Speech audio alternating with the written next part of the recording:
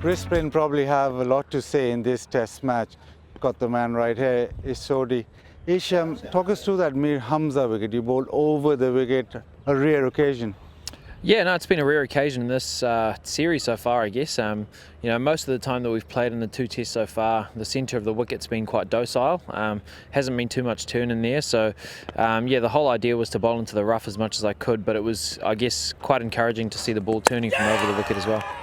Yeah, you've talked about bowling round the wicket. Is that because you're so comfortable there? Is that white ball cricket, or why is it that round the wicket is the way to go? I felt certainly in the series so far, the craters that were created in the rough, gave you something to work with. And I guess as a spin bowler, you want to be creating something out of the wicket, and from around the wicket, when you see a bit of turn, feels like something could happen.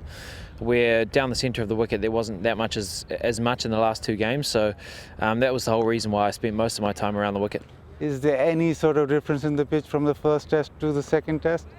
Yeah, definitely. I think, especially in the first innings, in terms of batting, there was definitely a little bit more bounce in the surface. Perhaps the seamers enjoyed a little bit more seam movement than there was in the first test.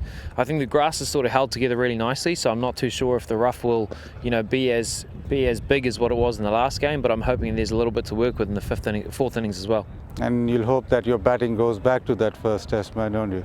Yeah, well, it's going to be an interesting day. I think, these are positions that you want to get yourself into as set up games for the last day, and so us as a batting unit, I think that's what we'll try to do today. But firstly, we've got to get this wicket. We saw in the last innings how tough it was to get that final wicket for Pakistan, so hopefully that's not the case for us. Thanks very much for your time, Ish. Thanks.